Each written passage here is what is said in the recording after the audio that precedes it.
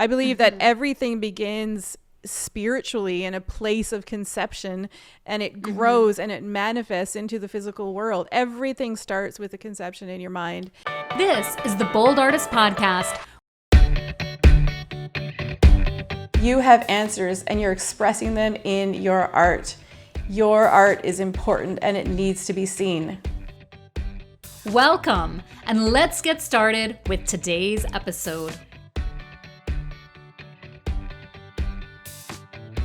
Happy New Year from the Bold Artist Podcast. Happy New We're so Year. excited to be here with you today on the day that 2021 comes to a close and we all enter the year of 2022 with hopes, dreams, possibilities, and we're just entering this year with hope and intention. Yeah, somehow New Year's just always seems to do it, no matter what kind of a, shall I just go right ahead and say, hell year you've had. New Year's Eve just kind of brings hope. You're like, maybe nothing has ever turned out from my New Year's resolutions, but maybe this year will be a good year. So I like to play off that and enjoy that, when you can. So I brought my glass to cheers. Now, I don't have a wine glass, because I like to drink my wine in what I call a tumbler. It is like a whiskey glass. And it looks like we're both using some sort of crystal. This glass here is, it was my grandma's, and she was gifted it from the post office after she worked for 25 years, or from the girls at the post office that she worked with. Yeah. And so I decided to use that one. This is our kombucha toast. Yeah, we're drinking kombucha. Cheers. Because we may have gotten a little out of control if we decided to have some champagne. Yeah, I mean, Charlotte and I talk a lot without champagne. Imagine if we had some on the air as well, we would be rambling. We'll save that. But so last week in our podcast, the Christmas Eve airing, we did touch on some of the subject that we wanted to speak on today, which is intention. I shared about how last year, at the start of 2021, I started out with a lot of intention to podcast, even though I had no clue that the doors would open for me to host the Bold Artist Podcast. I just started out with, I call it a step of obedience. I just listened to my heart and followed through with the intention of getting myself all set, all the gear, all the practice, all the research that I needed to do to podcast. And then the doors opened for this, which has been a highlight of my 2021, as I mentioned last week. And so we wanted to talk more about intention. I think the first time the word intention came up is in the episode of where you and I talked about seasons and sparks and sparks of creativity and incubation, yes. And we covered the idea of intention because you shared how you use your downtime, your quiet seasons with great intention. And when you explained it like that, Charla, couple things. I didn't realize that I do the same. I just never thought about it that way, but I try very hard to use my quiet times with intention. And by quiet times, we mean those times where nothing exciting seems to be happening and you almost feel like, do I have purpose here? Yeah. We all have those seasons. To use them with intention, I would love to hear what that means to you. And I think that from that talk, about using our times with intention, I realized as artists, we really need to talk about intention more. And going into the new year is the perfect time to do it because we can set out to enter 2022 with intention. Yeah. I mean, I think it's, I've always hated New Year's resolutions. I've never done them. I have a certain thing about being forced to do something, and any of my even friends from yourself, right? Yeah, any of my friends watching, they're gonna know if I'm told to do something, I'm like, I won't do it. So, and if I tell myself to do it, I also won't do it. So I'm still working on that, working that one out. So you have to ask politely. Ask yourself, Charla, would you please? No, I have to trick myself. I have to do that too. I have to trick myself. I have lots of convoluted ways of doing that. So I realized that resolutions didn't work, because if I made a list of the to-dos, I was just like, no, I'm not doing that. But yeah, learning over the years that those like quiet seasons became a place where I could incubate and learn and grow, and then I would be ready for what was to come. So I've learned to figure out what is it that I want to come in my life. Like, what am I envisioning, imagining in my mind that I want to manifest later in my life? I don't want to just sit here. Like, if I'm too stubborn to be told what to do, then am I just going to sit here and do nothing? Yeah. And, you just allow life to happen to you. And usually it doesn't, stuff happens to you is not what you want. So how do I make that happen, the things that I want in my life? So there has to be intention. You just have to figure out the best way for you to work around that intention, I guess. So I started to learn just how to take time to study and learn the things you want to learn. I guess there's no other way around it. Okay, let's go back to the Christmas show where I talked about that I got a gun for Christmas. Let's just use it as an example, because it's just because it's the most controversial thing that we've the talked most about controversial on the and the most it's happening right now in my life. So I've wanted for a long time to learn how to hunt and just go and hunt. I just think there's something romantic about hunting your own food and providing for your own family. And my family are people I grew up with, and my family are hunters. I just never learned how to do it. So in order to get there, and then I have a son who's interested in learning how to hunt. In order to get there, I had to set intentions. I had to decide, okay, how do you don't just show up in the woods and a gun appears and a deer appears and then all of a sudden you got food. So how do I get there? And me and my son started setting the intentions. Like, we started with learning how to shoot a bow, because that was just an easier process than a gun. And so if in Canada, you want to learn how to hunt, you first have to have a license to own a gun. So you have to take a class on that, a course where you study and you do a practical and you have tests and you have to pass that. And then you have to go through criminal record checks, all those kinds of things. So it's a process. And in that time, you learn, just all of those things. And you have to learn about guns and what gun do you want and where do you get the ammunition, and there's so much to learn. So instead of saying, go shoot a deer, I'm like, no, I'm not shooting a deer for you. That's how someone tells me what to do and I say no. I just think, okay, if I want to get there, what are the steps I need to take? And I start intentionally moving towards that.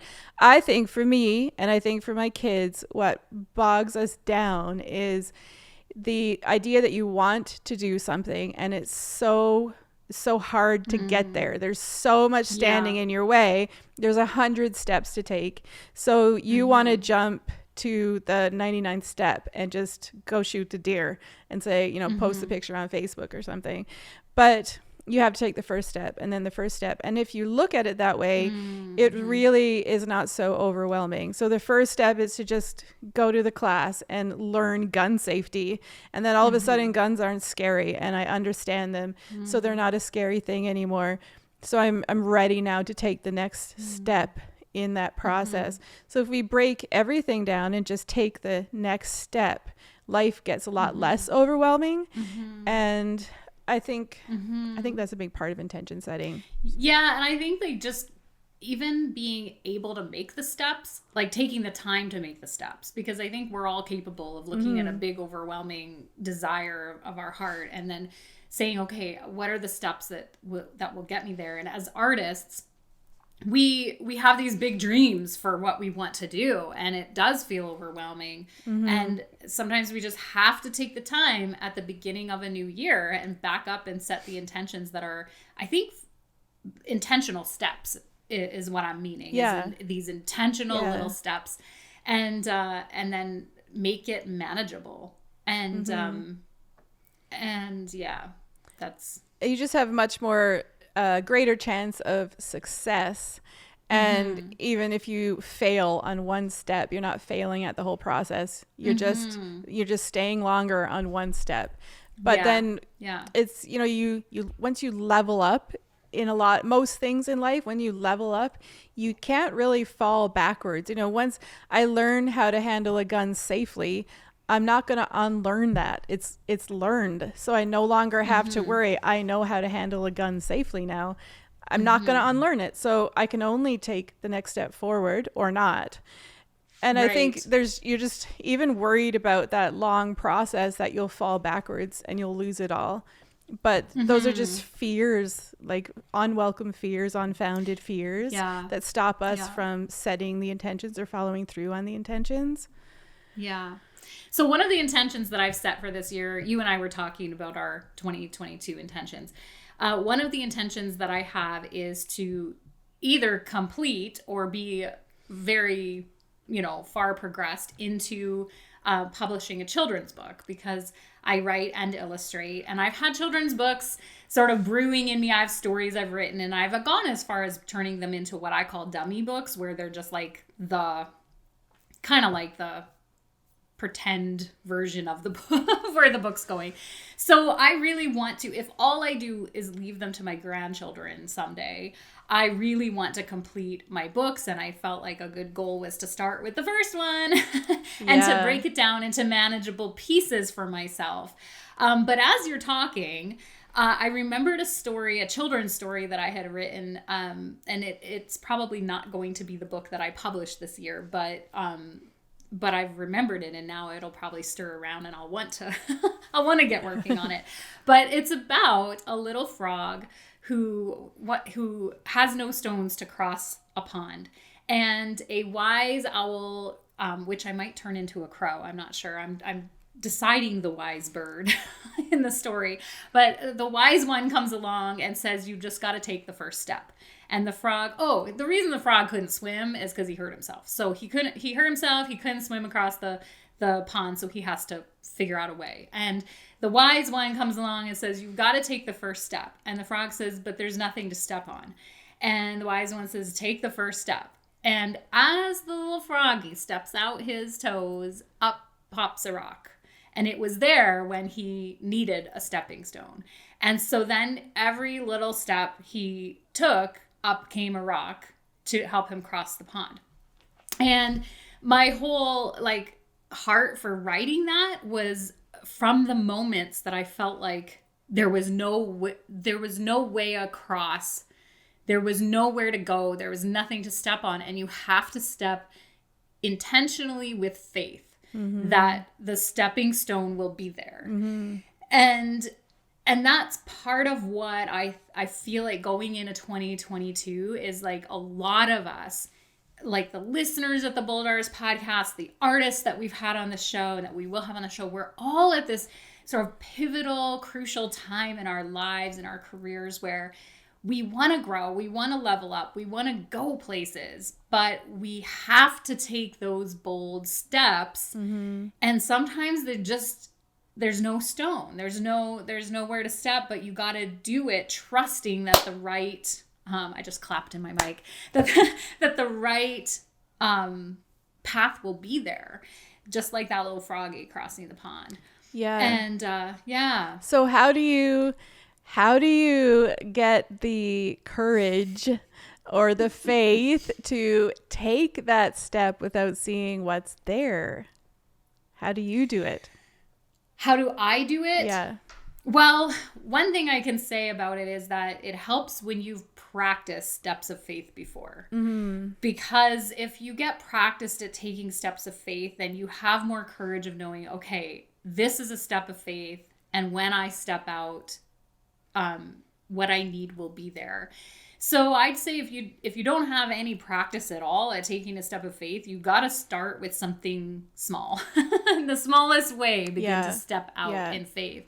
But so it helps me, like when I make big steps of faith, it helps because I have a history of making these kind of moves, the kind of bold moves that we talk about on the show. And I usually ask every artist this past year, like, what is the biggest, bravest move that you've made? For me, it helps that I have a history to fall back on of remembering, right, I know how to take a step of faith, and this is a step of faith. And then But then if I didn't have any practice and I just needed to do that, finding the courage, the gumption to do it is, I feel like, how someone would feel if they're bungee jumping. And I've never bungee jumped, and I'm not going to bungee jump. But I can only imagine that you're standing there and you say, okay, it's the moment. It's a leap of faith. And you just have to put it out there. Actually, one of our artists talked about putting it out there in early December episode. They talked about putting it out there, and that whole concept of just taking whatever it is that you want to release and having the faith to just, put it out there. Yeah. It is scary, but it's almost like you just have to do it. You just have to take that leap of faith. So do you remember like the first time you ever did that? Like, as you were talking, I was just thinking, okay, what's a bold move I made? Well, you might think it was a bold move to start Bold School. It was a bold move. So before that, it was really a bold move to even decide to start recording the class. And before that, it was, I actually had to teach that class in person. That was terrifying. I remember doing that. That was terrifying. And so then I started like almost backtracking. But what made me have the faith and the courage to teach that? It was something I'd done before. So what was the first thing in your life that was really courageous and a step of faith that would have been like that first stepping stone for you? For me? Yeah. Okay, I'll answer that for me in just one moment, but I'm just thinking about what you just said, the examples you just said, where you were backtracking from Bold School to prior to Bold School when you taught in person, and prior to that. And something came to me was that I wondered if your first bold move started with a simple conversation. And I have often tracked back the seeds of like a desire of doing something big to just a conversation. Like, it could have been a conversation where you were at a market selling your art and you began to talk to somebody about bold color. You didn't have that phrase bold color at the time, but you began to see the light bulb go off for them, where they were thinking, wow, I'm having this aha moment as Charlotte's talking to me. And then that fed something within you saying, people need to know about this. And that simple conversation might have led to you then, just teaching your friend a little bit about it. And, oh, that was kind of bold because you're putting yourself out there, and, oh, wow, I can teach. And there's a need for this. And then it led to like the workshops that you held in person. And I often track a lot of, I think, the seed of courage coming from a conversation, but also in that conversation, whether the person knows it or not, they empower me, or they acknowledge me, or they give me the sense of like courage that what I've shared with them is valid. Yeah.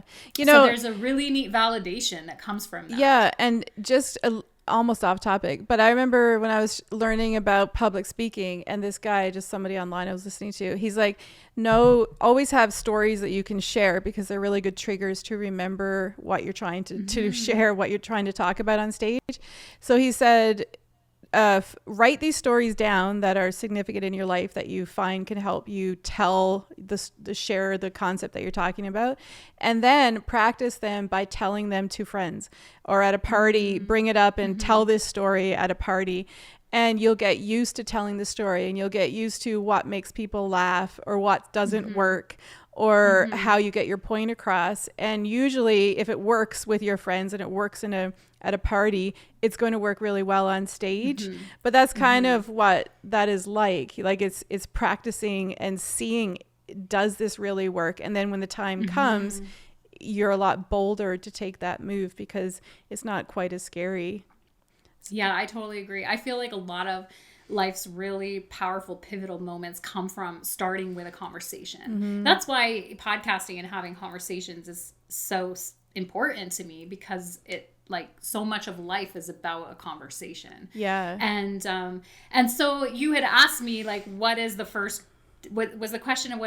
bold move or bold step that I took? Yeah. Like what, not just the first not the first big one that everyone noticed, but what was the first one that led you to get to that point of making the first big step that people noticed? Because they didn't notice the 10 steps before that. They noticed the 11th step. I was thinking about it, and I was thinking about, well, what gave me the courage to do things I'm doing? And I'm like backtracking as quickly as I can. And then I thought, well, I grew up in a small town, and I moved from the small town to the big city when I was 18.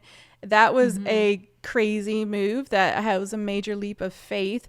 But then I was like, no, I don't think that was really as scary as it might look like it was. And I said, well, maybe there was something before that helped me make that move. And I remembered when I was 15, my sister had already moved to Alberta, and I went, and she had a baby. So I flew from Newfoundland to Alberta when I was 15 by myself in the summer. That was a crazy move for me because I had been on a plane twice in my life with my mom and dad. I had never traveled anywhere. I only knew my tiny little town, and I got on this plane and I flew across the country. And I remember it being one of the most terrifying moments of my life. I was shaking like a leaf. I was so scared. But because I did it, I accomplished it. I had broken that seal, and I realized that I wasn't going to die, and I lived, and nothing major happened, and I arrived where I was supposed to go. I look at that as probably one of the biggest moves, one of the first big moves I took as a unique person, as an individual to really step out in fear and faith that it would all be okay. Like I traveled across Canada, switching planes in big city airports alone, and I was a 15-year-old girl from small town Newfoundland. So it was a big deal. I think that might have actually started setting me up to take the next moves in my life. Yeah. Yes. I agree. And maybe I'm just being, influenced by your story, but you bringing that story up, I traveled with the YWAM group King's Kids when I was 13. Wow. And that was the first thing that I really did independently, where we, I flew from rural upstate New York to Colorado, where we did like the base camp training, and then we traveled around in a bus performing. It was actually a performing arts group. So that would also be one of the first experiences I had. Maybe not the first one singing on stage, but I really started to sing and do a lot of dance and performance and drama, that kind of thing. And so I broke out of a lot of boxes just learning the performing arts at a young age. And that would have set me up to try new things and to be out there in a sense. Yeah. And then at about age 18, I did some of my very first recording, like in recording studios, and I released a kid's story actually called Lily the Ladybug. And I gathered all the cast, and I auditioned all the cast, and I got all their audio, and I made Lily the Ladybug, and the ladybug, she got trapped in a jar, and it was just all this whatever story. I still have it tucked away, and actually I'm still friends with some of the cast, and they bring up Lily the Ladybug all the time. But that would have been my first real tester or like step of putting a creation out there audio wise. And then of course like songs that I released and albums that I released and stuff. So all of that sort of primed the way for who I am now, at least in I think it impacted all of the arts, because it's easier to put yourself out there in any way when you have some practice and taking those steps, right? And I look though, and I don't think I could have taken all of those steps of being brave without community and people encouraging me.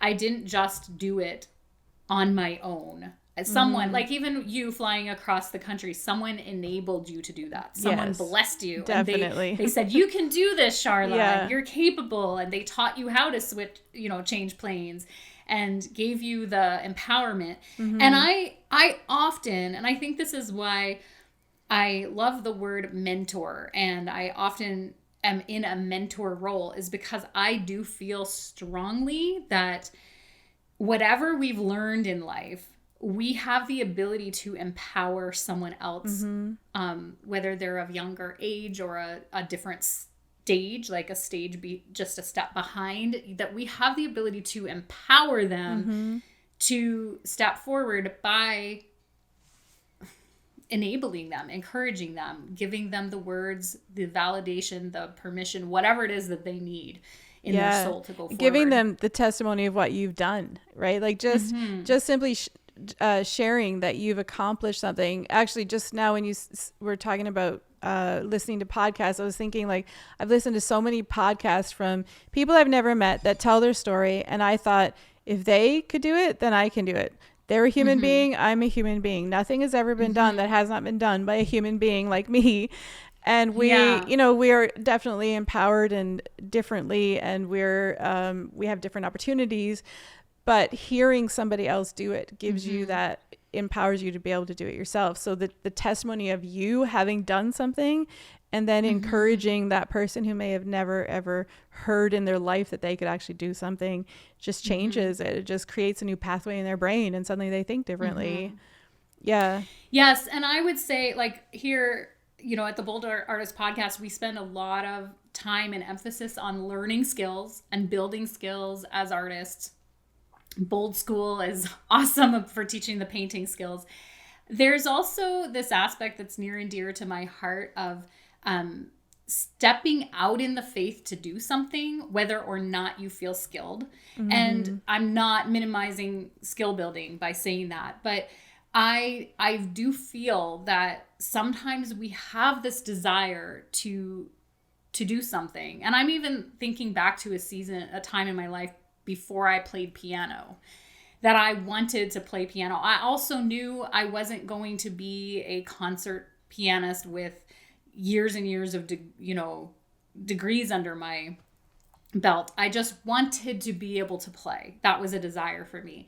And I remember starting to play before I knew how to play, if that makes sense. I learned the basic chords, and I just started to put on music and pound those chords out on the keyboard, probably not even sounding good, but I put myself in the role of starting at the beginning, whether or not it sounded or looked good, and just took on the role of being a piano player before I even could. Yeah. And I think I've always approached my art that way, where I'm just like, I want to do this. I don't know how to do this, but I'm going to do this. And then you kind of go to this humble place of like, I don't know what I'm doing, but I'm doing it. And I think that then we start to skill build. Then we start to like get ourselves going in these like noticeable changes of skill building. Yeah. And I am only saying that to encourage people that as they go forward into 2022, and if you feel ill-equipped or unprepared for any of the desires of your heart that you want in your art or even your personal life, that there's some things that you just really want out of life, it is okay to show up and begin, like take the steps to do those things, whether or not you know how. Just start. Yeah. And those stepping stones will rise up, just like in my story of the little frog. They do. I think one thing I thought about as you were speaking was imagining things, like envisioning them in your mind. My husband used to be a tennis coach. And I mean, I think our brains are about as opposite. They work as opposite as they possibly could. And he used to talk about, he's like, I teach my kids how to visualize or visualization. So when they're not on the court, because they're only on the court an hour a week, when they're at home, and he would do this day in and day out, practicing his swing in the kitchen 100 times while I was making dinner. I'm like, what are you doing? And he's like, so I have this funny story. I want to hear the rest of it, but I have this funny story because there's a kid that walks his dog past my house and he practices throwing a baseball the whole time. Yeah. He's getting like, it right. Yeah. Well, that's what Ryan does. And he was teaching our kids to do that when they were playing tennis. Like he still does it because it's so habitual in him. Just visualizing that swing. And he's like, this is what makes you strong and powerful. And I remember reading a story about a guy in prison. I don't know if it was golf or something. He was in prison and he practiced his golf swing the whole time for like 2 years, whatever. And when he came out, he was better than when he went in. Like there's some story like that. Everything starts with visualization. I believe that everything begins spiritually in a place of conception, and it grows and it manifests into the physical world. Everything starts with a conception in your mind, and a belief or a want or a desire to have it manifest physically. So visualization is a really important key. And as an artist, we can actually visualize. Some people have to learn how to imagine, but we can imagine. So just beginning with visualization and learning how to shoot a gun, for me, started that way. I just felt like a fool handling a gun. I didn't know how to do it. So I had to go in there like fumbling with a weapon, that could be a deadly weapon in my hands. And that's scary. And you just have to be able to do it. You have to trust that process. And then, and so especially when we had the exam, I was visualizing. I came home, I didn't have guns to play with. So I had to visualize the motions and what goes first. How do you open the gun to make sure it's not loaded? Like what are those processes? So I just visualized them, and I passed the test. And so then you practice and you practice and you practice. So yeah. So what do you visualize for your art, Charla's art? For Are you saying you want me to stop talking about guns? No, you can talk about guns, but I'm like, I want to know what you're thinking art-wise. And not, not bold school-wise. I'm thinking like Charla's art, the brush in your hands. Where do you see yourself at the end of 2022? It's a really good question, because I don't know that I've really set those intentions. I have business intentions. I have personal intentions. My art, one of my main intentions for 2022 is to just paint a lot more off camera, because I've recognized that I don't learn while I'm on camera. I don't learn how to become a better artist. I learn how to become a better teacher, and I learn how to get my concepts and my processes across to everybody, but I don't become a better artist being on camera. So I can feel that in my work this past year. I have not focused on becoming a better artist. So one of the things and I'm just at the very beginning of this thought process, so it's really like where you can see the very first step is just deciding to become a better artist this year intentionally, because it's very easy to get caught up in all the other things in life. So that means I have to set up apart time. So I have to relook at my schedule. Where am I going to fit it in? And then the next thing I want to do is really decide where I want my art to go. Because I have a lot of concepts flying around in my mind about things I'd like to try and experiment with and test out. But what is it I really want to learn? When it comes to guns, I want to be able to shoot an animal. Wants to talk about guns all day long. I would like... This is bold school, not gun school. No, just kidding. So I want the end result is to bring home an animal. Like that would be the ultimate for me this year. It would be really cool. But so what is the ultimate result in my art? It's not just become a better artist, because that's too like, what does that even mean?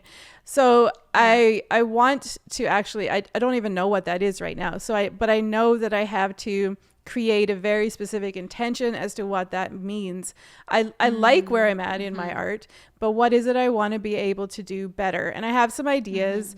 I won't really flesh them out here because they're a little bit too raw. But I think that's the very beginning of setting my intention for my art. I know I have to look at my schedule, and probably in the first month in January, that schedule will be just painting, loosening up, getting some practice, getting warmed up. And during those warm-up painting times, I'm going to really think about where I'm visualizing and seeing my art going. What is that next level and that next step? So I don't want to remain stagnant. I don't want to just be here till I die. I want to move up. I want to level up. Yeah, and I think about this word visualizing that you're using intentionally.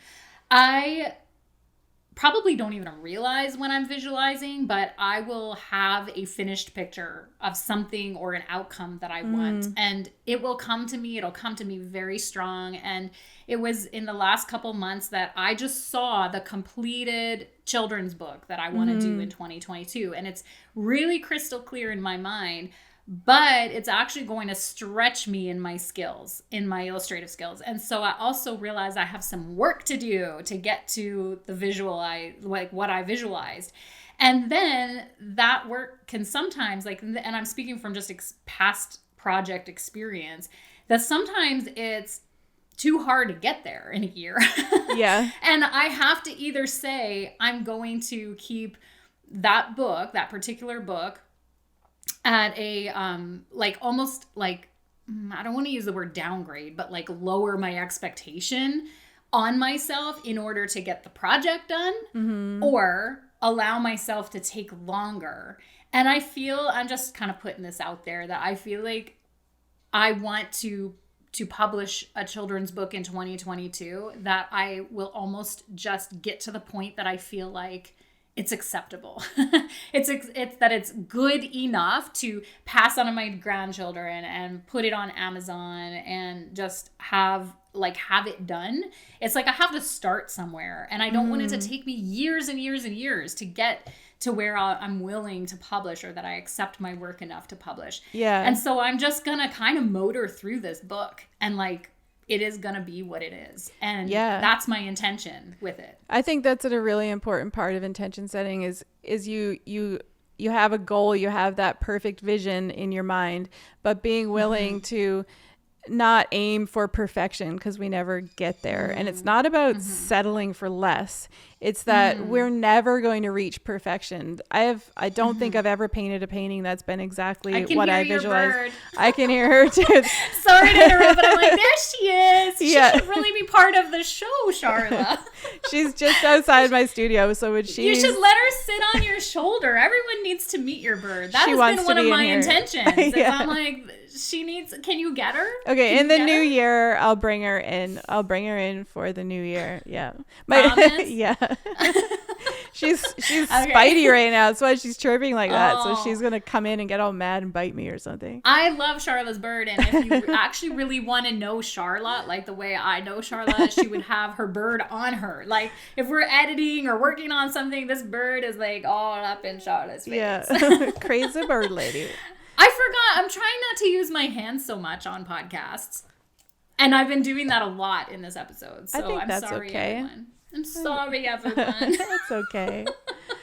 I can talk with my hands, and I try to control it when I'm podcasting. I do too. And I'm getting excited about a topic when my hands start going, or I'm down here like holding my hands tight so that they don't go. Yeah. I think, I don't know. I love this conversation. It's actually making me really think about my art and setting those goals and intentions or whatever. And I think you said something that I think is really important to, like, a lot of times you say, well, like right now I'm saying I don't have a clear goal currently. I know it's there. I can like feel it floating somewhere in my universe. Like there's a vision there, and I haven't quite grasped it yet. And I know that the first few weeks of January, I'll spend some time writing and creating and painting and waiting for that vision to come. And I know that it will come. All of a sudden, it'll be like in sharp focus right in front of my mind, and I can see where I'm going. And that's when I like hit the pedal to the metal kind of thing, right? And just like get to work. I'm like, now I can see it. Now I'm going to start moving towards it. And then realizing that I'm not going to aim for perfection. I'm just going to get there. It's like just settle for being 80% done rather than 100%. And then you can do it, and you can take the next step and the next part that comes after that. And you will actually surpass that 100%. The next time the next set of work that you're doing, you're really working at 150% or 210% because you've learned so much in that process. If that makes sense. Yeah. Oh, absolutely. So true. And I also want to mention that I always keep something new going in my creativity. Like I have these ways that I sort of balance things out, and I always will have something new in order to make me like challenged and learning while I'm sort of doing what's old and familiar. And I got plasticine for Christmas. And plasticine, all the colored clay. And I'm going to also challenge myself to be sculpting or like doing 3D parts of illustrations, which may end up being next year's children's book. Love that. And so it's kind of a new realm. I mean, I am a sculptor, and so I know as far as sculpting, I'll be able to do it. You saw the pie that I sculpted, hey? Yes. Our family had a bake-off and a baking contest, and I sculpted pie dough into a Yoda. It was amazing. Amazing. Did you post it anywhere? I put it on my stories on Instagram. Oh, it was at Marijanel Art. I put it on my stories, but maybe I'll make an actual post. You have to now because you've mentioned it in the podcast. So you need to go make a post. The only thing is that the design of my Yoda wasn't original. I had seen another pie artist do that. So I wasn't sure about posting it because it's very it's not identical, but it's similar because I got the inspiration and I didn't have time to really come up with my own design. So I sculpted, I knew it was for my family, right? So I sculpted what I saw that other artist do. So I wasn't sure about posting it. What do you think? Yeah, just post it and tag that artist. They'll be super happy about it, that you were inspired to do it. It's not like you sold it for like $5,000 and claimed it as your own. So. No, we demolished it pretty much that night, which everyone thought was a pity. They were like, this is such an amazing Yoda pie. We don't want to eat it. And I'm like, here's the knife. Gotta eat I made it to eat it. Yeah. And so we ate it. And I won the golden spoon. So the way it worked was that like there were different prizes, but I won the golden spoon for creativity. So I get to have a golden spoon in my drawer until next year when awesome. I might have to pass it on to the next family member who wins. That's awesome. So fun. Yeah. So anyway, well, thank you everyone for joining us on the Bold Artist podcast on this New Year's Eve. Yes. We'll cheers you with our kombucha. We do wish you the best new year, full of hope and intention, and that every step you take, like my story of the little frog, every step that you take, the right stone will rise up to meet you and be there for you, and that you would just see the desires of your heart, those things that you visualize happening in your life and in your art, that you would see that come to fruit in 2022. And then it would be a good year. Yeah. Here's to a good year. We need a good year. Yeah, a good year. That would be so nice. Yeah. And so on that note, I'm going to go get some real champagne now that we're all done. No. You're taking your kids shopping for the band clothes that you need first. That comes before the champagne, Charlotte. Then champagne. Funny that I say that because this airs on New Year's Eve, but we're not actually filming it on New Year's Eve. So Charlotte is going to be shopping for band uniform. But you're all hearing it on New Year's Eve. Yeah, and I'm not waiting till New Year's Eve to have champagne. So I will have some when I get back tonight from band clothes shopping. Happy New Year. Cheers. Happy New Year, everyone.